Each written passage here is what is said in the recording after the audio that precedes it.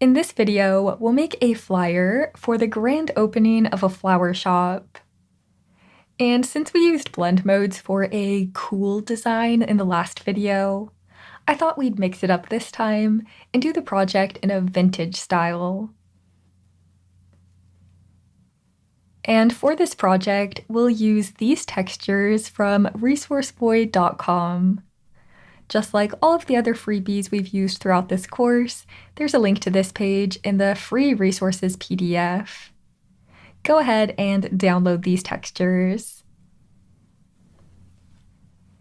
To begin the flyer, I've made a document that's 4,000 pixels wide by 2,700 pixels tall.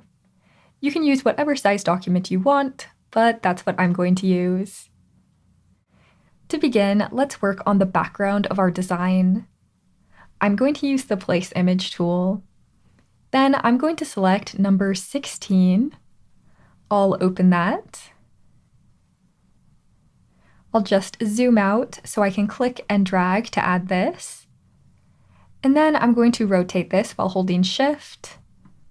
I'll line it up in one corner, and I'm actually going to stretch this to fit our document like this. So this is a really good base for our design. But next, I'm going to add another overlay to make this look even more vintage. If you remember from earlier in the course, we had a whole video to make a photo look vintage, and we can use these same effects on this flyer. I'm going to use number 4.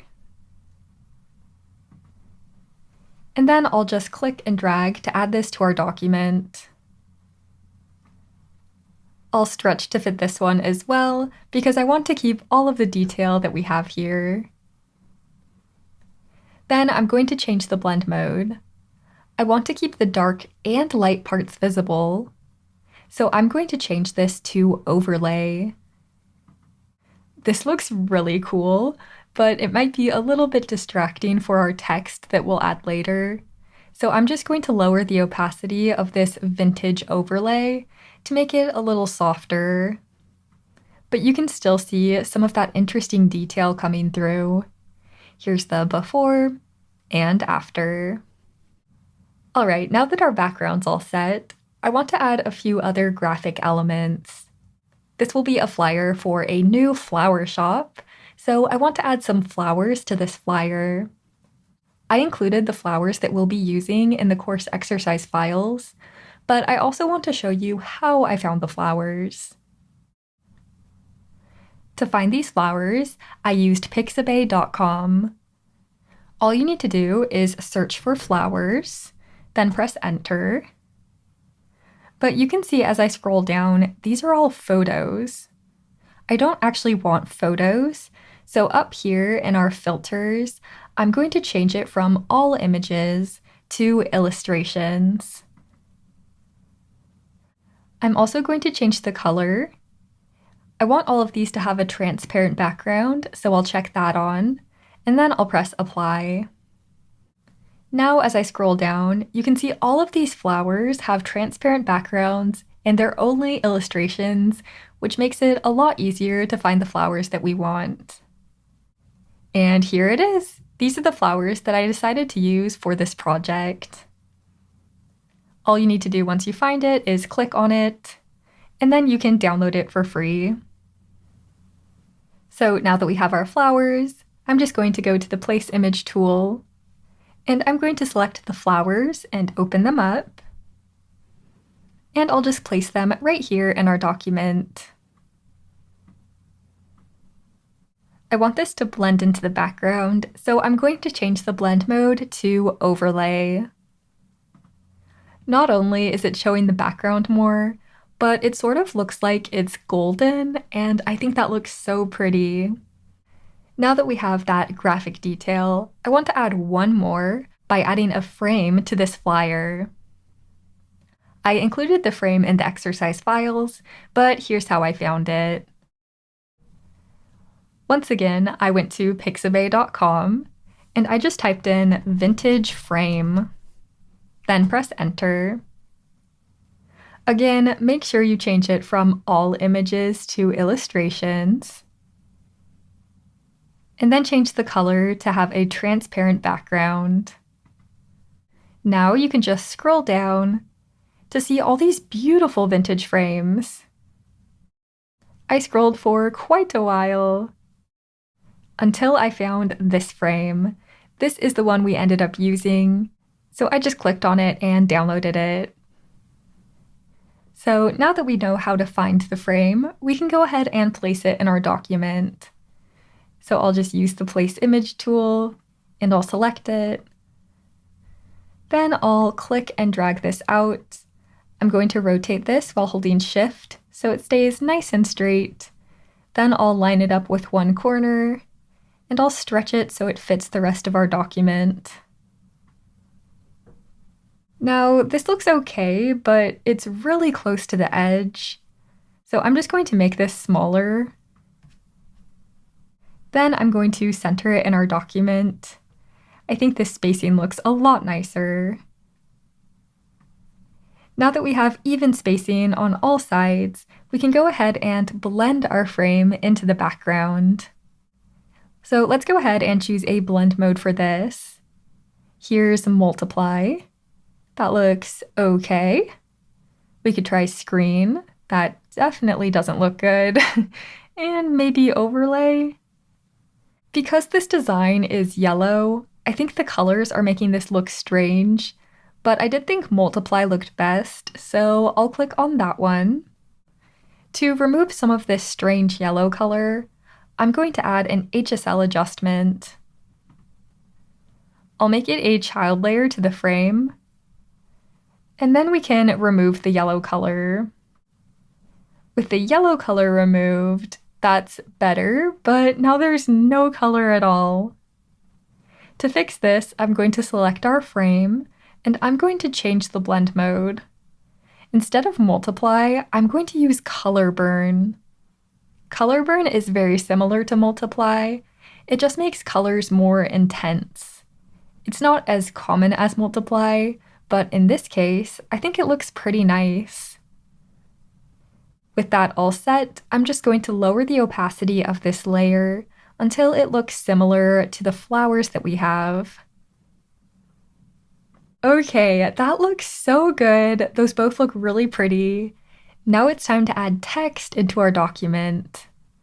I'll select the text tool, and then I'll click and drag so we can add our first word, which is grand.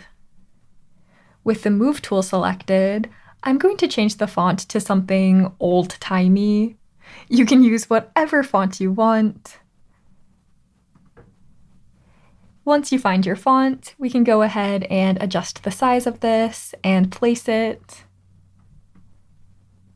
Then I'm just going to duplicate this with Command or Control J. I'll drag this down.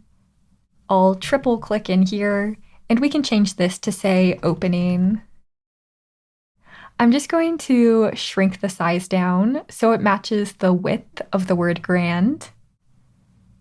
And I think that looks pretty nice. I'll select the Move tool and duplicate this word with Command or Control J. Then I'll move this down. I'll triple click in here, and now we can type the date of the event. I'll select the Move tool, and this time we can choose a simpler font. I still want it to be old-timey and sort of look like a typewriter. There we go. I think this looks pretty nice. I'm just going to shrink this down. And then we can go ahead and duplicate this with Command or Control J. I'm just going to continue to do this to add a few more lines of text. And each time, I'm going to shrink it down to match the width of the line before it.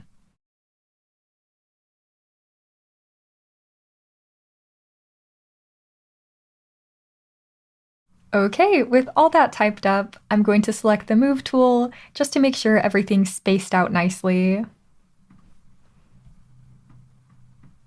To divide this text, I'm going to add a line right here. I'll grab the pen tool. Then I'm going to line it up with the edge of the text here. I'll click, I'll hold Shift, and line it up to the end of this text here. And now we have a little line to separate our text. For this line, I'll go up to adjust our stroke, and I'll make this whiter. Then I'm going to change it from a solid line to a dashed line. I'll come down here to change the settings. For the dash in the line, I'm going to make it a little smaller by typing 0.5. Then I'll press enter. And then I'm going to make the space of our line bigger by typing 2 and then pressing enter. This looks pretty nice. I think I'm just going to increase the width a little bit more. Very nice. All right, with all of our text added, it's time for some finishing touches. I'm just going to group all of these text layers that we just made by holding Shift and clicking on the last one. Then I'll press Command or Control G to group them. Using the Move tool, we can go ahead and move the position of this to line it up nicely. I want this space over here to be similar to the space over here. So I'll just click to select this flower and I'll move it over a little. And I think that spacing looks really nice. To finish, we just need to adjust the colors. So I'll select the text group, and then we can change the color of our text. I want this to be a light brown color. I'm actually going to sample the color of our flowers. This is hard because there's a lot of colors in here, so just try your best to find a nice color for this, and we can always adjust it more. I'll click that to apply it, and then I'll make it a little darker. Okay, that looks pretty good. This text is also fully solid right now. To blend it better with the background, I'm going to change the blend mode to multiply. So now you can see the texture through the text. You can also lower the opacity to make this even more obvious. Okay, you might have noticed as I recolored our text that this line didn't get recolored. I'm just going to double click to select it. So we actually changed the fill color of everything, but the line has a stroke and no fill. So I'm just going to click on this arrow to flip the colors, and now you can see the line is the right color. To finish everything off, I'm going to select our top layer, and I'm going to add a curves adjustment on top of everything. I'm going to make a little S-curve to make everything pop better. And now I think we're done. Here's the before and after of that S-curve. Great job on this final project. I think this turned out so cute. I'm really excited to go to this grand opening. Great job on this final project.